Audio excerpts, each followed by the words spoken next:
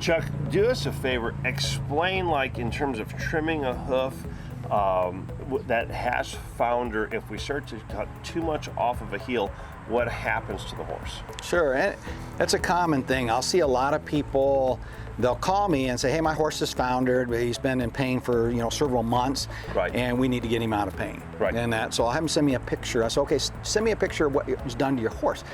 And there's a common misconception, and we were actually taught this in farrier school many years ago, but this has all changed, and it's not taught that way anymore.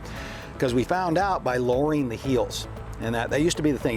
They'd have you lower the heels, put the frog on the ground, right, and you're actually creating a lot more force pull downward on the coffin bone, because the deep flexor tendon, as you cut those heels off, is being brought into more tension. So show us how. So yeah, the deep flexor tendon here runs down, comes under the navicular bone, and it attaches here at the lunar crest on the bottom of the coffin bone.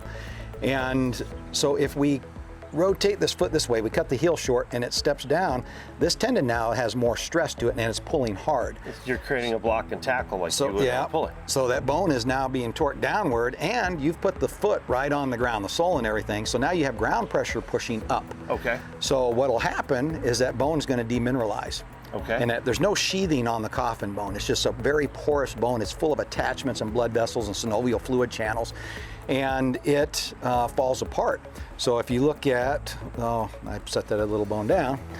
We'll come back to that. Yeah. The other little bone that I have, you saw the tip of it was gone, and kind of curved up, and that was from that. It's from too much pressure pushing up, and also the tendon pulling the bone down. Okay.